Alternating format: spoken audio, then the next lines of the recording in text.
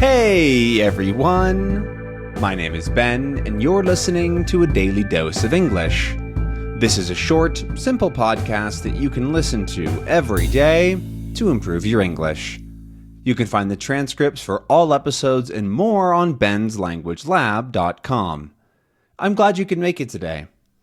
In this episode, we're going to be talking about sandwiches.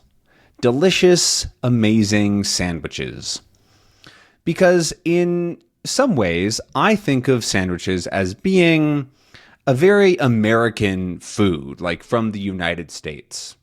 I mean, there's sandwiches all over the world and they're all very good, but I have some certain sandwiches in my mind that I think of as being more American than things like hamburgers or hot dogs, because they're more regional, I guess. They're more specific to different parts of the country, and I feel like sandwiches are a large part of a lot of people's upbringing. Sure, burgers and hot dogs and other food like that is also pretty American, but there's a different, I guess, feeling to sandwiches, at least in my opinion, partly because they're very often made at home. Making a good sandwich is part of existing, I guess, in terms of American life and culture for a lot of people. They're a very simple, quick food that is considered to be almost like a default food, if that makes any sense. Like if someone thinks of just a standard, simple lunch that a kid might bring to school, it's probably going to be a sandwich. And that, I think, is an interesting idea. Even if you watch some old movies, especially from the 80s or 90s, sandwiches are very common in schools for lunches, especially if they're brought from home. And I really like sandwiches. I think there's a lot to them, and I want to talk about some of my favorite sandwiches and why I think they're actually interesting in a lot of ways, and hopefully not get too hungry in the process of recording this episode, because I'm already a little bit hungry, and I know that talking about sandwiches will make me hungrier. Anyways, I think we should start with probably the most famous American sandwich, especially here, which is the PB&J, or the peanut butter and jelly sandwich, which is also fairly unique. I don't really know of anywhere else in the world that eats peanut butter and jelly sandwiches like at all. There might be, I'm sure there is, but I feel like it's a very American thing. Peanut butter and jelly sandwiches are basically what they sound like. It's two pieces of bread with peanut butter and then jelly on the inside. Peanut butter isn't even a thing in a lot of places, and peanut butter, well, it is a thing, but it's often not as common, right? Almost every single American household has peanut butter for many different reasons, but it's more of a rarer thing abroad, or not as common, or used for different things. But it's very, very common in the US. And peanut butter and jelly sandwiches have just peanut butter on them. Usually, nowadays, it's typically like a brand of peanut butter that has sugar in it, and so there's a bit of sweetness there. And then there's jelly, which is just berries with a bunch of sugar that's been sort of cooked down. And then you get a sandwich out of that. And those are very popular. I believe that they got most popular back in, I think, World War II, maybe one. I'm actually not sure which one it was. But in one of the world wars, American soldiers had a bunch of peanut butter with them because it was a very easy food to transport. It had protein in it, that sort of thing. And so they ate a lot of peanut butter sandwiches, and then they got used to the flavor, and they started to like it. And then when they all returned home, peanut butter became a bigger thing. It was like a normal thing to eat. I think it was part of the U.S. culture for a while, like a little bit, but not as strong. And then there was so many people suddenly who wanted peanut butter sandwiches that it was a big thing. And then it was like, okay, why don't you add jelly to make it whatever it is. And it grew from there. So now peanut butter and jelly sandwiches are very, very common if you want a quick snack, a quick food, something like that. And they're very, very common in schools, or I think you can even get them like made for you. There's even, you can get peanut butter and jelly in the same jar nowadays in stores. You can find it in order to make your sandwich even easier. But there's a ton of other sandwiches. I think another one that I think of a lot for American sandwiches is a grilled cheese sandwich, which is, again, very simple, just bread and cheese. You can put more stuff into it. I like to add a few more things if I can.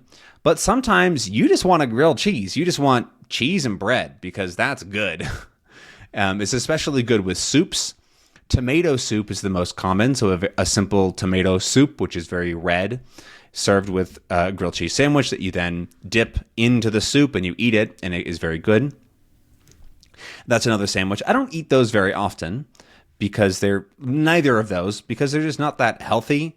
I do like them both, peanut butter and jelly, and grilled cheese sandwiches, but I just don't eat them very often. A more common sandwich that I might make is a ham sandwich, right, or a turkey sandwich or something like that, where you get just essentially just lettuce and bread and meat and cheese and a couple other condiments on there, and you have a sandwich. They're very quick to make as well. They're pretty easy. Like if you get home from work or the gym or school or whatever, and you're hungry, you might make yourself a turkey sandwich or a chicken sandwich or whatever it is. So those are also pretty common sandwiches. And then now I want to go into what I call the deli sandwiches, because delis are also really common, especially in like the east of the country, although you can find them everywhere. But that there's a bit more of a deli culture there. And deli sandwiches, typically you don't make at home for whatever reason. One of those being that it might be a meat or whatever goes inside the sandwich takes a long time to make. And so one of my favorite sandwiches is called a Reuben, which is corned beef, or is it corned beef or is it roast beef? I think it's roast beef or corned beef. I actually don't remember. Anyways, it's some kind of beef that takes a long time to cook. And then sauerkraut, which is it's German, and it's cabbage that has been fermented, and then you put Thousand Island dressing on it, and it goes on rye bread. If you can, it's on a bread that is actually part rye and part wheat, I think, and so it's like a spiral pattern on the bread, and it looks very impressive. And it's a pretty simple sandwich, right? You put 3 things inside of it plus the bread. But those things take a long time to make, except for the Thousand Island, which you buy probably. But I really like that sandwich. Whenever I can, I order one of those sandwiches because I can't order them very often, maybe a couple times a year. And they're really delicious. And so if you have the opportunity to try a Reuben, I definitely recommend it. There's a ton of other deli sandwiches, or also known as heroes sometimes, or subs. Because they kind of look like a submarine if they're on like longer bread. But I don't really have enough time to go into all of them. And so I think I want to talk about just a few more sandwiches that I think are important.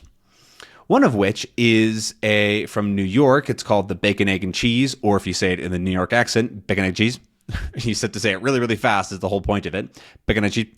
And a bacon, egg, and cheese is just like that. It's bacon, egg, and cheese on it. And it usually has ketchup.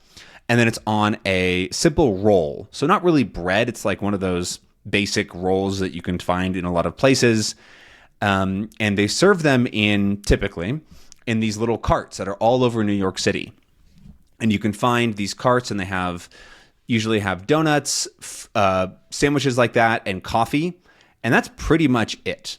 And it's very common for people to go get their breakfast in the morning. They get either a donut and coffee or a sandwich and coffee or whatever it is for that person. And almost everybody has their order, which I think is a really interesting piece of sort of living in New York or being in New York, because they all kind of function the same, right? There's not that much difference between each of the carts. And so if you find one that you like and you kind of figure out your order, you can order basically the same thing anywhere with small variations, small differences between each of the carts. And so actually I'm going to stop talking about sandwiches there just because I don't really have much more time. We're almost at 10 minutes. And so I want to just say that I think that if you haven't had a sandwich in a while, try making a sandwich, because they're actually there's a lot more you can do with them than you might think, right? You can make an interesting sauce. You can try mixing things. You can add on parts of from your fridge that you forgot about or haven't thought about in a while. For example, I just made a sandwich yesterday, and I used some of these lovely pickles that I made because I hadn't used them in a while, and it made the sandwich really, really good. The rest of the sandwich is very simple, but it felt very different because I did a little bit of had a little bit of inspiration and added something to it. So if you can, go make yourself a sandwich and enjoy it for me on my behalf.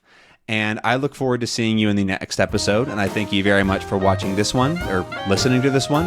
And I hope that you learned a few more things. I'll see you tomorrow. Bye.